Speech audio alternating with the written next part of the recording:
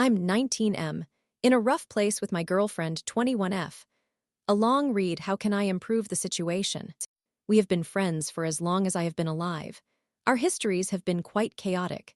We have cherished or cared for one another for as long as I can recall. Due to various challenges derived from my childhood trauma and my upbringing, I was unable to commit to her in the past.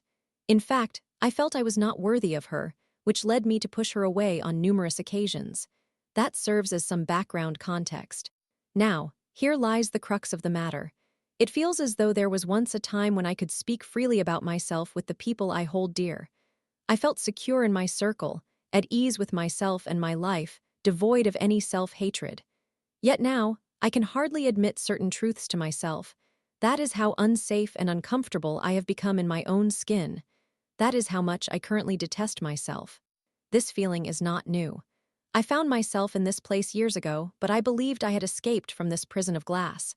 I thought I had moved forward. I was mistaken. No barriers had truly been dismantled. It was merely an illusion of freedom. Now, I do not even know what I want to express. I am uncertain if I should share these feelings with her again. In reality, I do know. I do not want to communicate this to her. I do not want anyone else to convey it either.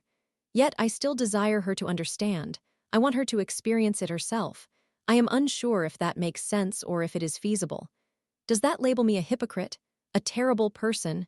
Perhaps it is all accurate. Those around me are aware of how much I treasure, prioritize, and value exclusivity and a deep emotional bond. Certain aspects of me remain untouched by anyone else. These feelings, these moods, she is pivotal to them. No one else even comes close. Regardless of what others may do, it impacts me maybe 30%. The overwhelming 70% is entirely her. I value possessiveness. Yet, I would rather bash my head against a wall than express any of this aloud. That is how emotionally closed off I am, how trapped I feel. I would rather end my life than open up about these matters. I am at a loss as to where to begin or where to conclude. I do not even know what I am feeling, what I want, or what I am meant to do. My ability to perceive and articulate my emotions is completely shattered. I cannot identify my feelings, cannot sort my thoughts, and cannot act. I have become incredibly disturbed over the past year. Previously, discussions surrounding the past or her reluctance to commit, or her fixation on a former relationship never led to arguments. Now, they occur far too often. I lack the courage to admit that it is because I have been suffering internally. I was actively dismantling every part of myself that instructed me to reject this situation. Every part of me that screamed this is too much. I silenced it, ensuring that not even a fraction of it emerged. I recognized she did not need to hear it. She did not require me to reveal my pain, that this was overwhelming for me. Yet now, it has become unbearable. It hurts tremendously. She once shared with me that, in her previous relationship, she did not feel it was essential to communicate daily with her partner, and that reassurance was not as important. However, slowly, those very concepts began to trouble her, even against her wishes. So she understands this. She is aware of how such feelings develop. I believed the same. I thought that exclusivity, connection, and possessiveness were not necessary. I convinced myself I could accept being the underdog, the defeated one, the failure, and I did so for over a year. But now, I cannot endure this any longer without altering aspects of our relationship. I do not want to change us. That is why I am hesitant to continue down this path. It is not solely her fault. I am not implying that. What I am expressing is that, no matter what has transpired until this point, I never allowed it to impact us. I never let it shift my perception of her. I maintained my respect and connection for her unwaveringly. I never allowed anything to come between us. However, I now realize that if this continues, I will be unable to prevent it from influencing how I perceive her. I do not want that to happen, because she and what we have, this vision of a perfect life together, are too sacred to me. So sacred that I cannot allow her to compromise it. How do I articulate this to someone who knows me better than my own mother, better than I know myself? Someone to whom I have confided everything, my best moments, my worst moments, my darkest truths. How do I convey that the only reason these issues have intensified is that I have reached my breaking point? Every time I have addressed this, nothing has changed. Every single time I held on to the hope This will be the last time I mention this because maybe, just maybe, this time she will comprehend how devastating this situation is for me. Because I am irrational. I am immature. I am a fool, clinging to hope like a madman. Months ago, I bared my soul, detailing everything with utmost clarity. I made it clear I do not place blame on her, yet I feel burdened by the past, her previous relationship. Not because it occurred, not because it exists, but because it lingers. It envelops us, and though it is not her fault, she is the one who is holding on to it. I cannot find the words to explain this, yet I sense I am falling apart. This occurred 5 months ago. At that time, all she said was, "Even I am not free from my past, how can I free you?" Or something along those lines. That completely shattered me. That was the moment I resolved never to bring these issues up again, regardless of how much pain my heart felt. Because I would rather endure everything in silence than be ignored or overlooked. Then came another incident. I am unsure how to feel. Sad, hurt, angry. I am not upset because I know it was not entirely her fault, not all of it. But some of it certainly was. I was only hurt. Witnessing her ex on her social media, not only that, but the fact that she did not recognize why it was problematic, how can I explain that to someone? I do not wish to plead for these kinds of considerations. These are not demands. When I love someone, safeguarding their feelings is instinctual. Their peace is paramount to me, yet even that was acceptable. What transpired afterward was overwhelming. She apologized and promised it would not occur again. But how? Her solution was to limit posts to close friends. I am uncertain how I feel about that. I simply do not understand. I sat beside her when she wept for him. I held her close. I pleaded with her to cease her tears.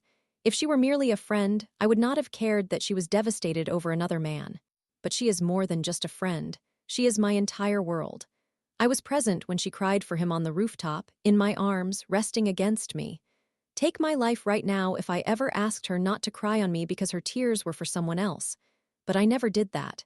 Now, how do I convey that these issues are escalating because I have reached my breaking point? It is not that I cannot tolerate it. I could endure it until my last breath. Yet I lack the strength anymore. My willpower has dissipated. I am so weak at this point. My self-esteem is in tatters. I have never despised myself as much as I do now. I have never felt this worthless, this insecure, this second best, this unsafe regarding my own emotions. What is there for me to say to her? If I share all of this with her, she will think I am blaming her entirely. But that is not my belief, not at all. I recognize she cannot change anything. I do not know what I seek from her. Should I tell her that I cannot continue with this? But I am not leaving. I am here. She can return when she is certain it is only her, when it is only her in her heart and soul and there is no one else. Do I want to express that? I do not know. Do I even want her to walk away? I genuinely do not know anything. It embarrasses me to articulate all of this, because I never envisioned having to contemplate or express such thoughts about the person I love with all my being. I believed these were simply the sacrifices one makes when loving someone, but perhaps I was mistaken, and I feel terrible all the time. I have lost my will to live. The last thing I ever desire is to hold her accountable for anything that is lacking between us, because if someone is not doing something for you, how can you fault them? You simply assume you are not worth it to them, that you are not adequate, or that they simply do not want to try, and if they wished to, they would have. Story 2. AO to my friend. I crossed a line when I expressed concern about their hoarded house. Several months ago, a friend of mine, now a former friend, sent me numerous troubling images of the main area of their home. Based on previous discussions, the upstairs is even worse, and they have been dealing with a rodent infestation in the basement, which they were legally ordered to address 10 years ago but have never done so. Additionally, they described the basement as being moldy and damp. On the first floor, there are ceiling leaks during rain, a significant hole in the ceiling caused by a bathroom leak, a malfunctioning air conditioning unit, at least one broken floor joist, upstairs floors that need to be replaced due to being soaked with cat urine, missing exterior siding that allows water to enter, and more. In late September, I offered to assist with cleaning for a special event that was causing them stress. After they sent me the photos and indicated that they only wanted me to help them conceal the disarray, I composed the following email. After our conversation this morning, and considering my own experiences, I feel it's important to clarify what I am willing to assist with before we embark on a cleaning and organizing project together. I am entirely committed to helping with decluttering, catching up on cleaning, brainstorming, and co-creating organizational systems, sorting through doom boxes, and assisting in locating professional resources. In essence, I am willing to do anything that contributes to creating more spacious, functional, and manageable environments, thereby enhancing the household's overall quality of life. However, I am unwilling to engage in panic cleaning, creating doom boxes, or stashing items haphazardly behind closed doors, anything that merely conceals disorder without addressing it, or potentially exacerbating the situation in the long run. Regarding hosting guests, I would be quite apprehensive about inviting strangers into this environment without substantial improvements. Many of these visitors may have little experience with chronic disorganization and higher levels of clutter. From the photos I have seen, I would categorize this situation as level Roman III moderate hoarding. The limited functionality of the living space indicates that this level is often where the issue starts to become more alarming and typically declines without significant intervention, at which point biohazards and structural damage become real concerns. If I were in this situation, I would be genuinely worried that inviting unfamiliar guests could lead to a visit from Child Protective Services, especially since many individuals view CPS as a helpful authority and may not recognize biased or unethical caseworkers. Nevertheless, I do not believe that avoiding invites to unfamiliar guests is a viable long-term strategy, particularly since our children are reaching the age where they are likely to form friendships with those we did not specifically choose and could even begin dating in a few years.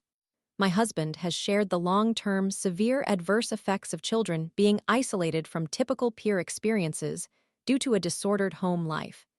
He has been diagnosed with complex post-traumatic stress disorder due to his childhood environment, which has led to various enduring challenges, including feelings of helplessness, resentment, and impaired skills. Children raised in homes with significant levels of chronic chaos often experience high degrees of distress, anxiety, depression, and strained family relationships, rendering his experience quite common. I would also suggest that many of the controlling behaviors your child displays, such as threatening to urinate on the floor, are likely a response to their chaotic living environment. This situation can significantly hinder their ability to concentrate on schoolwork. There is hardly any space available for your child to exist comfortably in the house or engage in normal activities without having to move numerous items around or undertake a substantial cleaning task to create space. It is not unusual for children, who typically lack substantial control over their environments, to seek control in other ways when their overall lives seem chaotic, especially if they are PDA autistic and their nervous system is already on high alert. In my opinion, prioritizing the resolution of disorder is essential for the health, safety, and quality of life of everyone involved. I fully understand that you have felt overwhelmed regarding this matter for an extended period, and that initiating progress in such a chaotic setting can be incredibly daunting. Managing high levels of chaos always constitutes a significant undertaking, but a dysfunctional home can certainly start to function more effectively within a few weeks if sufficient time and manpower are dedicated, and if those involved are earnest about making sustainable changes that are compatible with their neurological needs. Every aspect of life within the home becomes considerably more complicated and overwhelming in a scenario like this. In my view, it simply does not make sense to continue struggling against the tide every day. The space does not need to be magazine perfect or flow like a neurotypical household to reach a level where the environment is significantly less exhausting due to a basic level of space and functionality. My husband and I have both lived in environments classified as level 3 for hoarding, and I temporarily did as well as in level 1 environments and below, and it is astonishing how difficult, demoralizing, and draining basic living can be when there is virtually no functional space. I would prefer to take the clutter from each room outside the house, weather permitting, so that we can clean and set up basic organizational systems before bringing back the items you wish to keep and have space for. Items intended for the basement could then be sorted, boxed, labeled, and neatly aligned inside at that stage. I encourage you to consider how much basement storage you realistically can manage, such as ensuring that basement storage isn't stacked in high towers, does not block entrances or exits, maintains a 3-foot clearance from any water heaters, furnaces, etc., and what a feasible timeline for completing the basement looks like. This is crucial in making informed decisions, so you do not end up utilizing significant living space, which could be used by people as storage, while hoping the basement will be ready in 5 years. I remain open to alternative methods as long as we share a general understanding of our objectives and our goals are somewhat aligned. My former friend then gradually cut off contact for months, although we continued to arrange playdates for the kids in public spaces, such as playgrounds, and I sought clarification on what had happened to our relationship. Before this, we had communicated nearly every day for 5 years. They indicated that they were trying to maintain their boundaries. When I requested more information, they mentioned 1. A situation in 2022 when their home had to be appraised for refinancing purposes as their balloon mortgage, which had been extended multiple times by the bank, was coming due. My friend was anxious about whether they would qualify to refinance the property due to the extensive repairs needed. I expressed concern about their $300,000 debt on a house and land for which they had already made over $300,000 in payments when the entire property was valued at $320,000. Falling short of the loan-to-value ratio, the bank required, needing an exception, along with the fact that the primary wage earner in the family has a high-paying job in a low-cost area, yet the house still requires numerous serious repairs, and they lack savings for their elementary-aged child. I suggested exploring the option of downsizing or trying to escape this mortgage if feasible. They approached me with all this information. I did not raise the topic out of the blue. 2. They felt that my email crossed a boundary, judged them, and had too many stipulations regarding my assistance. I feel hurt and angry. I did not believe I crossed any boundaries. Rather, it seems they wanted me to assure them that everything was fine when they brought up these issues, and they are upset that I did not affirm that. Story 3. Aita for wanting to set boundaries with my friend. I apologize for the length of this message. Greetings, I am Maria, and I would like to discuss my relationship with a girl named Karen. We have been acquainted for approximately 4 years, but we have only been true friends for about 3.5 years. We are both in high school and come from very different backgrounds. Her family is financially well off. She is Caucasian, her mother is a stay-at-home parent, and she has a brother. In contrast, my mother is Caucasian while my father is from Brazil. Both of my parents work as educators, and I am their only child. 4 years ago, I was part of a popular social circle, but I chose to distance myself from them in order to work on personal growth. Karen was quite introverted and lacked friends, so I made an effort to befriend her. We are quite different from one another. She excels in reading, writing, and spelling, while I struggle with dyslexia, which makes those tasks challenging for me. I have always performed well in math and science. She consistently earns good grades and takes pride in being a model student, whereas I am indifferent to rules or what teachers think of me. This difference created initial challenges, but we attempted to resolve them. There were some warning signs I perhaps should have recognized, as I was trying to befriend someone who often became upset over trivial matters. I once mentioned that her glasses appeared crooked, and she reacted by yelling at me. I often found myself apologizing multiple times a day across different classes, sometimes over 100 times a day. We also had a friend named Grace, who similarly struggled to make other friends and often followed us around. Initially, Karen did not seem to like Grace, but their relationship evolved to a point where they started to drift apart. I eventually expressed that I didn't want to be friends with Grace, as she repeatedly questioned my intelligence due to my dyslexia. Grace has a younger brother, is of Asian descent, her father is a teacher, and her mother works as a real estate agent, contributing to the diverse backgrounds of our parents. We also made a friend named Jay, who departed from our group a year later. None of us were particularly upset about Jay's exit, as we felt her purpose was to unite us, and her absence was gradual rather than abrupt. Fast forward 3 years, our friend group has expanded to 7 individuals, yet Karen's behavior remains unchanged. We attend a school in a small town, which has a special program to acknowledge academic achievements. I approached the principal about going to a local restaurant for food. After receiving permission, Karen sent me derogatory text messages, claiming I did not belong there, despite my authorization. I merely responded with okay, goodbye. Subsequently, she called to berate me, calling me foolish and questioning my mental state. I ended the call without responding, and she later criticized me for doing so. When she inquired if any adults were present, I informed her there were just a few other students, still resulting in a tirade from her. She completely disregarded her prior apology, which was incredibly frustrating. This incident marked one of the lowest points in our friendship. Recently, on a random Monday, she threatened to take her own life, prompting me to alert a teacher for her safety.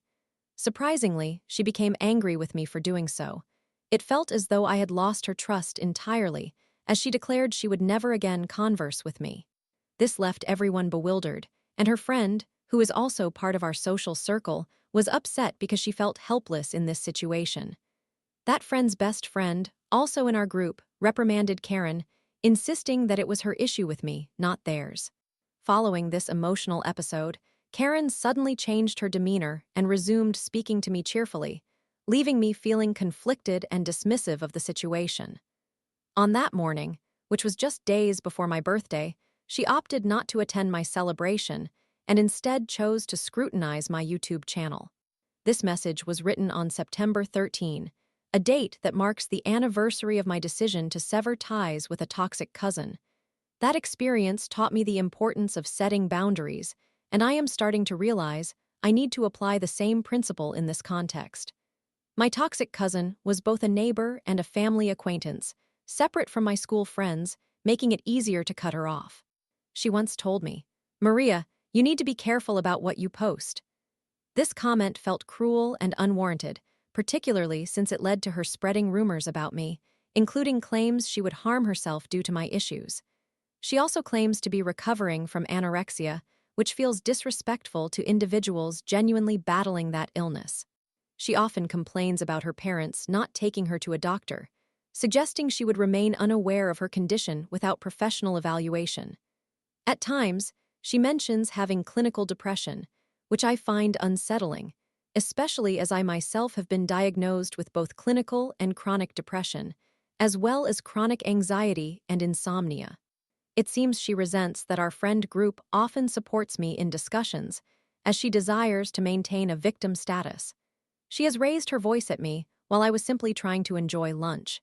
In response to someone in our group complimenting our friend Mariana, who plays percussion, and is exceptionally strong thanks to training with her fit brother Karen, decided to intervene, attempting to take a plate from Mariana without noting there was another plate in front of her. As I informed Karen about Mariana's grip strength, she disregarded my warning. At that point, our friend Crystal stepped in, threw the plate at Karen, and suggested she use another one instead. This only led to Karen cursing us and calling us foolish for denying her what she did not even have in her possession. I often find myself wishing I were dead just so I wouldn't have to hear her petty remarks, uttered just loud enough to be irritating but too soft to be clearly understood. During a food-related activity in Spanish class, I jokingly remarked about her being a little salty in response to her unkind comment.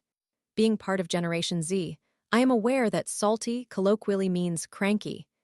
She then persisted in calling me a pathological liar and resorted to insults, claiming, "I am a bad person and nobody likes me." We all remained silent, prompting her to storm off in frustration since no one paid her the attention she sought. Later, in English class, while seated next to her, I was quietly reciting letters to avoid forgetting my writing. Despite my soft whisper, she launched into a tirade, declaring me to be the most annoying person alive. Additionally, she muttered something under her breath, but with my ear problems, I could barely catch it amid the other noise in the classroom. I asked her to repeat, as I struggled to hear, only for her to scream accusations of me being a manipulative liar. She further insulted my character, saying, "You'll be fine, you're just ungrateful." I simply responded, "Okay," and since then, we have only exchanged harsh messages. One day, Mariana created AI-generated images of us as part of a fun activity. Karen became furious when one of the images resembled her guinea pigs. A few weeks later, we were discussing girl code when she physically grabbed my face and told me to be quiet. Only Mariana accompanied me as a witness when I reported this incident to the principal. My gums bled slightly afterward, but Karen only received a warning. Since that event, our friend group has become increasingly distant, with my main companions now being Crystal and Mariana, who have supported me. All three of us wish to distance ourselves from Karen, but since we maintain connections with others in our friend group who are still aligned with her, we feel hindered. I sense our mutual friends are too empathetic towards Karen, as she tends to weep over minor issues. At this juncture, I no longer feel comfortable around her. My two closest friends have attempted to explain the entire situation to the others, yet they continue to side with Karen, putting me in a position where I feel coerced into spending time with her because our other friends are always with her. Therefore, I am seeking advice regarding this predicament. I apologize again for the lengthy narrative, but I believe it is essential for helping others understand my situation. Story 4. I, 18M, don't know how to deal with my long-distance girlfriend, 20F, who didn't even apologize after making me have an emotional breakdown. Hello, everyone. I am composing this quite late at night after an incident involving my long-distance girlfriend. So I was expressing my affection for her through texting, essentially sending her affectionate gifts, telling her I love her, and so on. She didn't appear to be in a good mood, so I continued for a while. Suddenly, she sent me a message asking, "Do you want me to punish you?" along with an angry gif. Naturally, I was confused and replied, "Huh, what did I do?" Her response was, "The only answers are yes or no." By this point, I was bewildered and racking my brain for anything I might have done to upset her.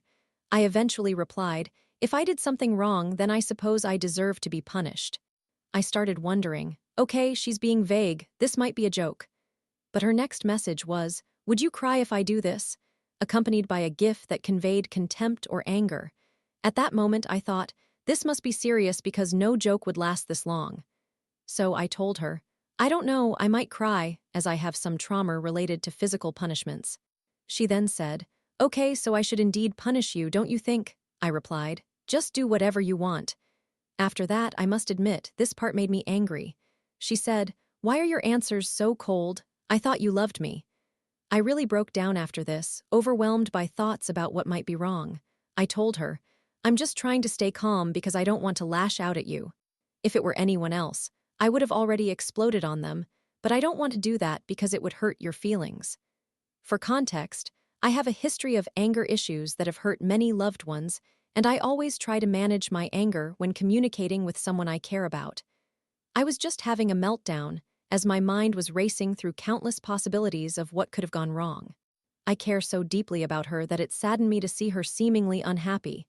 Anyway, after this, she said, "Enough talking," and then sent a hugging picture, which eased my heart a bit.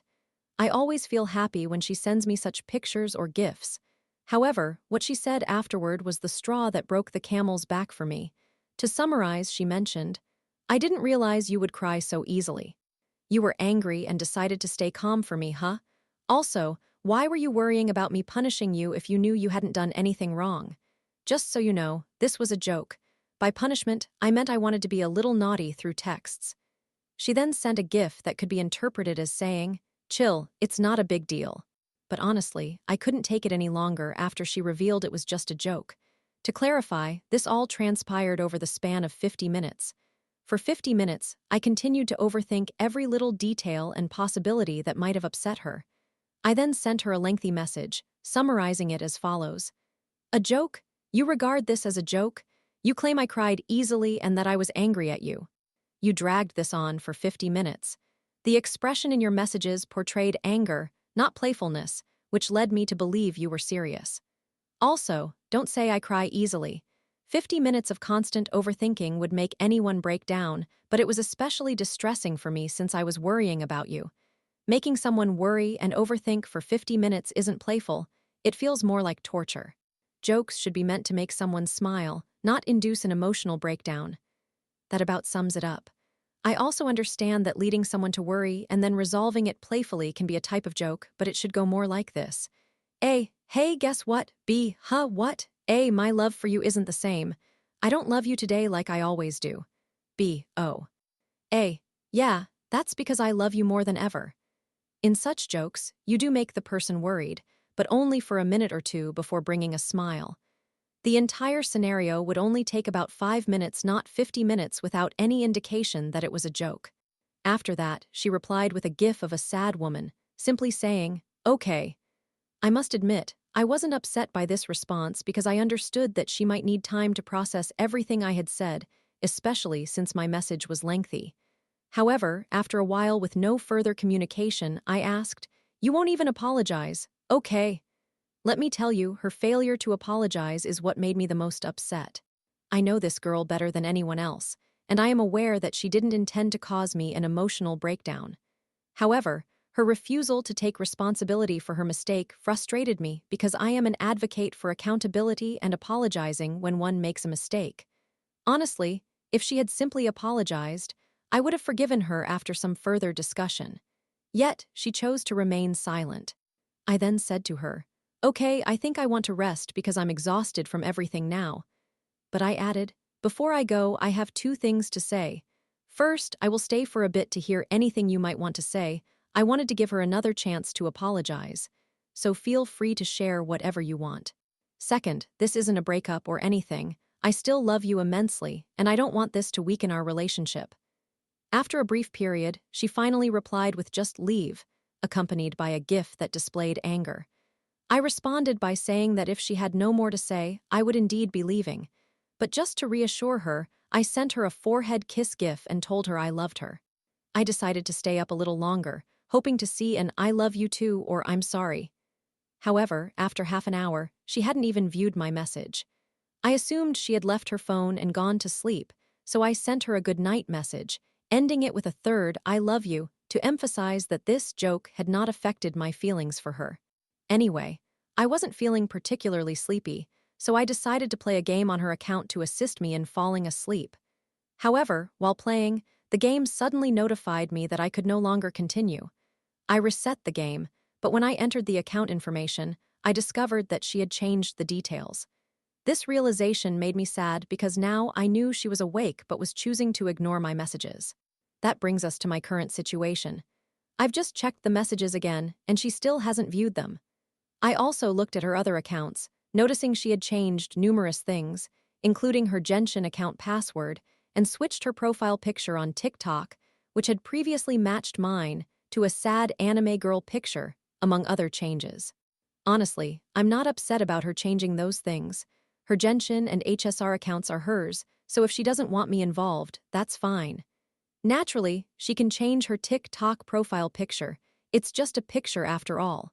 What frustrates me is her ignoring me. I am contemplating whether to refrain from messaging her until she apologizes, which may be challenging since I always text her when I feel like it. All I genuinely want is a sincere apology so we can communicate openly. As I mentioned, I prioritize owning up to mistakes. Additionally, here's some relevant information about my girlfriend. She has never pulled a joke like this before. Her jokes are typically much lighter, and I always smile at them. She also tends to take responsibility for her mistakes and is generally quite apologetic, so I'm unsure what's wrong with her this time. She's not someone who frequently ignores my messages. Lastly, I want to make it clear that I do not want to see anyone suggest, "Just break up with her, bro," because that's not an option. Yes, she hurt me, but if I simply give up on her this easily, can I honestly say I loved her? I feel so lost and confused right now. All I want is help and advice on how to approach this situation. I would greatly appreciate any guidance. Anyway, I realize I've said a lot. My apologies if this post is overly long. It's already 3 a.m., and I feel quite fatigued. I also apologize for any grammatical errors in my post as I'm battling my sleepiness. I will check for replies after I wake up. If anyone manages to read this entire post and offers some advice, I am truly grateful. Story 5. AO for telling my now ex-SO to stop bringing up his ex.